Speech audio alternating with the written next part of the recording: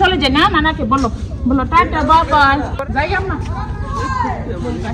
জমির ধান কাটা হইতেছি তো কাটা প্রায় শেষের পথে তো এগুলা দেখতে কিন্তু সুন্দর লাগে গ্রামের সবকিছু রায়দাবাদ দেশি মুরগের বাচ্চাটা একটু পছন্দ করে। আসসালামু আলাইকুম, সবাই কেমন আছেন? আশা করি সবাই ভালো আছেন। আর শীতের সকালটা কিন্তু দেখতে একটা সুন্দর লাগে আর ভালো লাগে, এত কুয়াশা।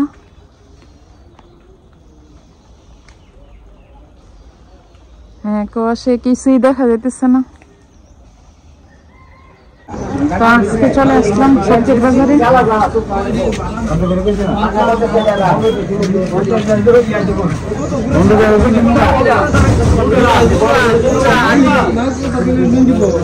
সবাই দাঁড়াই আছে, তো কেউ নেওয়ার মতো দাম বলতেছে না, নিতে পারতেছে না।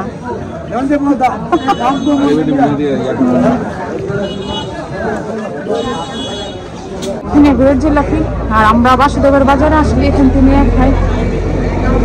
কালকে নিয়েছিল, অনেক মজা ছিল গুড়ের জিলাপি। শীতের মধ্যে সবাই নিয়ে খায়।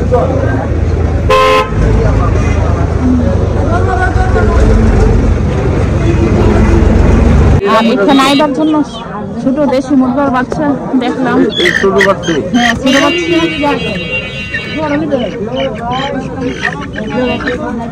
আমার সামনে কিনা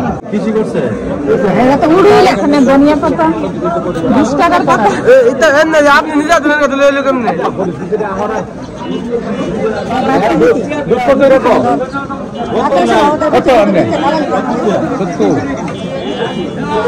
আমার 20 টাকা পাতা দো। মাছ আছে লাউ দিয়ে, শোল মাছ দিয়ে। লাউ দিয়ে স্বাদ বেশি।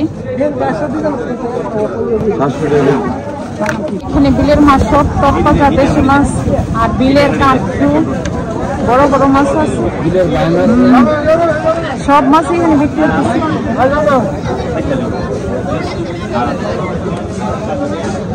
আমার জন্য মরিচ গাছ কিনা হয়েছে। আম্মা আবার এগুলো আবার পছন্দ করে। বেগুন গাছ মোটা কত?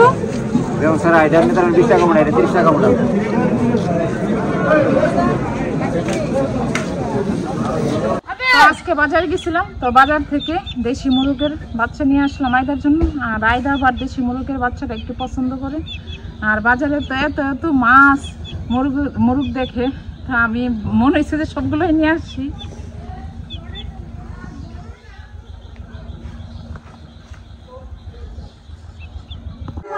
তো এই যে আয়দা এখানে রুটি করতেছে, আর আয়দা রুটি করতে পারে। তুমি রুটি করতে পারো? আয়দা রুটি করতে পারে।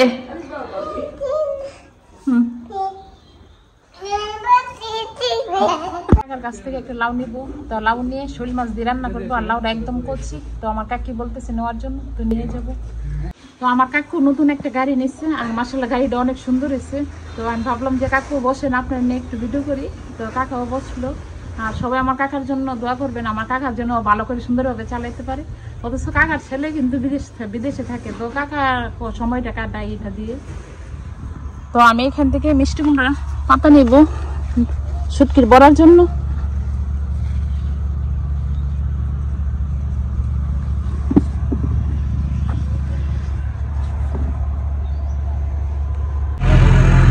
আর এখানে মিষ্টি কুমড়ার পাতা নিলাম।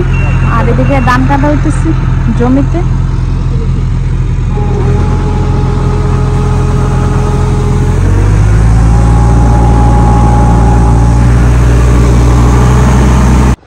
তো আজকে ঘুরতে গেছিলাম, তো প্রজেক্টে গেছিলাম। তো প্রজেক্ট থেকে মিষ্টি কুমড়ার পাতা নিয়ে আসলাম শুটকি বড়ার জন্য।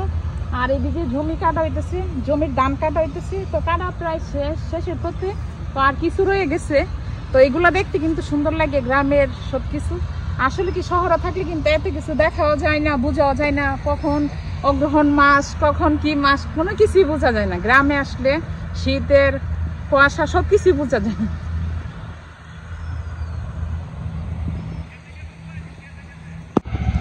তো আজকে দুপুরের খাবার শুটকির বড়া করব।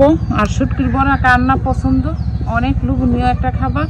আর এই খাবারটা কিন্তু সবাই মিস করে, শুটকির বড়াটা।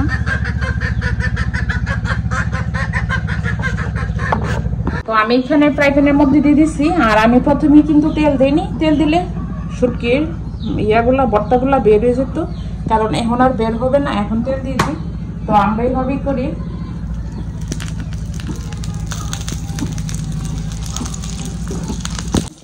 আর মিষ্টি কুমড়ার পাতা দিই, আর এভাবেই করি।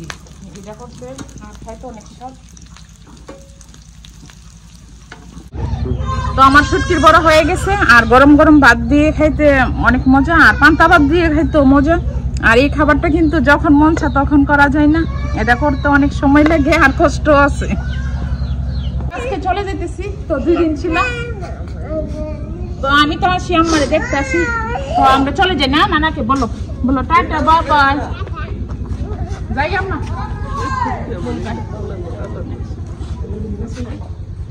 তো আমি বাসায় এসে শুটকির তরকারি রান্না করতেছি।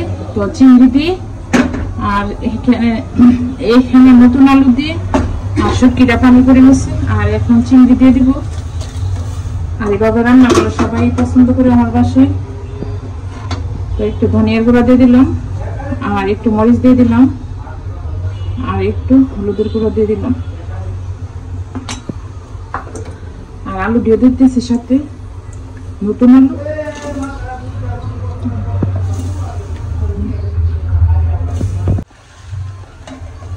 তো আমি এখন দিয়ে দিতেছি মাছ কষানো হয়েছে, আলু সিদ্ধ হয়েছে, আর এখন সবজিগুলো দিয়ে দিতেছি। আর এমন শুটকির তরকারি কিন্তু সবাই পছন্দ করে। তো আমার তো সবকিছু থেকে খাবার, এই বাঙালি খাবারের মধ্যেই শুটকির তরকারি বেশিরভাগ ভালো লাগে। তো এখানে শুটকির তরকারিটা হয়ে গেছে, আর আমি এখন ধনিয়া পাতা দিয়ে দিতেছি। আর অনেক সুন্দর হয়েছে তরকারিটা, কালারটা।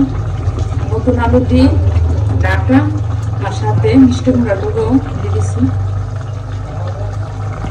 তো আমি আজকে লাউ তরকারি রান্না করবো বিলের শৈল মাছ দিয়ে। আর শৈল মাছ দিয়ে কিন্তু লাউ খাওয়ার জন্য সবারই মন ধরে থাকে। তো সবাই বলতেছে শৈল মাছ দিয়ে লাউ রান্না করবো লেগে।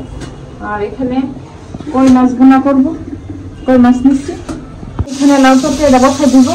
প্রথমে আগে একটু পানি দিয়ে দিচ্ছি, তারপরে একটু তেল দিচ্ছি। আর আমরা বাগার দিয়ে লাউ বসাই না, আমরা মাথার মধ্যে তেল দিয়ে দিই।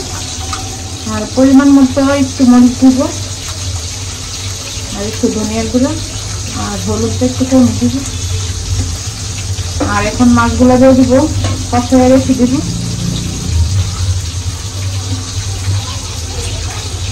আমি এখানে মাছ কষায় রেখে দিচ্ছি। আর এখন লাউ দিয়ে দিব পাতিলের মধ্যে। আর ওইদিকে কই মাছটা বাজাইছি। কই মাছের বোনার জন্য এখানে হলুদ, মরিচ, ধনিয়ার গুঁড়ো আর লবণ, একটু মশলা, আর কোনো মশলা দিইনি, আর জিরার গুঁড়ো আমি দিইনি মাছে। তো কষাই নিচ্ছি, আর এখন মাছ দিয়ে দিব। তো অনেকে আবার জিরার গুঁড়ো দিয়ে খাই, আমি জিরার গুঁড়ো দিই না।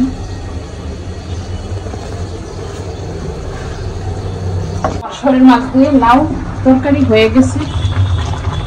আর শোল মাছ দিয়ে তো ওরা এই প্রথম মনে খাইতেছে আজকে, অনেক আগে খেয়েছিল।